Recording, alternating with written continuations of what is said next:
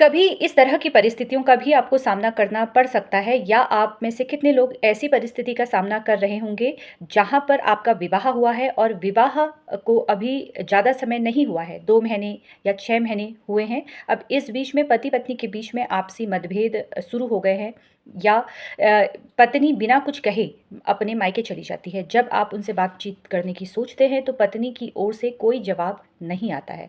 तो एक प्रश्न पति पक्ष की ओर से ये पूछा जाता है कि जब पत्नी हमारे साथ ज़्यादा समय नहीं रही है, 2 महीने से ज़्यादा उनको नहीं हुआ है रहे हुए या 2 दिन से ज़्यादा नहीं हुआ है और पत्नी ना जाने क्यों ससुराल का घर छोड़कर मायके चली गई है, तो क्या ऐसी अवस्था में वो हमारे ऊपर कोई केस कर सकती है? ना ही हमने उनसे दहेज की माँग की है और ना ही हमारे द्वारा कोई मारपीट उनके साथ की गई है, तो क्या ऐसी अवस्था में लड़की मेंटेनेंस की डिमांड कर सकती है या कोई झूठा आरोप लगा सकती है? तो देखिए इसका सीधा-सा आंसर है कि अगर आपके विवाह को 1 दिन हुआ हो या 1 घंटा क्यों ना हुआ हो, पत्नी आपसे मेंटेनेंस पाने का हक रखती है। यानी कि वो आपसे मेंटेनेंस की डिमांड कर सकती है।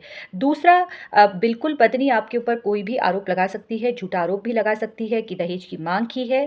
अब जब पत्नी अपने पति का घर छोड़कर मायके जा रही है, तो वहाँ से आप ये सोच के मत बैठिए कि पत्नी कोई आपके ऊपर कोई आरोप नहीं लगाएगी। पहले तो आपको उन्हें मनाने की कोशिश करनी है, कारण समझिए कि क्या मामला है, किस वजह से वो आपका घर छोड़ के गई है और ये सोच के बैठना कि नहीं हमने कोई दहेज की माँग नहीं की है या हमने कोई मारपीट नहीं की है, तो लड़की हमारे ऊपर कोई भी आरोप नहीं लगा सकती है।